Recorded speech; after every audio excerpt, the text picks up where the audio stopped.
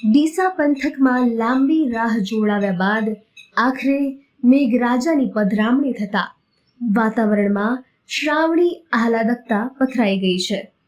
ગુરુવાર સાંજથી શરૂ થયેલા સતત વરસાદના પગલે પંથકમાં આશરે 2 ઇંચ જેટલો વરસાદ નોંધાયો છે. હાલ ચાલી રહેલા રાબડિયા નક્ષત્રમાં આ વરસાદ પડ્યો છે તે ખેતીના પાકો માટે સોના સમાન સાબિત થશે અને જેના કારણે સ્થાનિક ધરતીપુત્રો અને ખેડૂતોમાં ભારે આનંદની લાગણી પણ જોવા મળી રહી છે.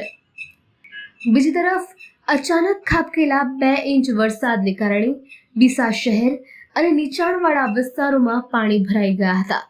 જોકે રાહતની વાત એ છે કે આ વરસાદના કારણે કોઈ અનિચ્છનીય બનાવ ન બન્યો અને કોઈ નુકસાનના સમાચાર પણ પ્રાપ્ત થયા નથી.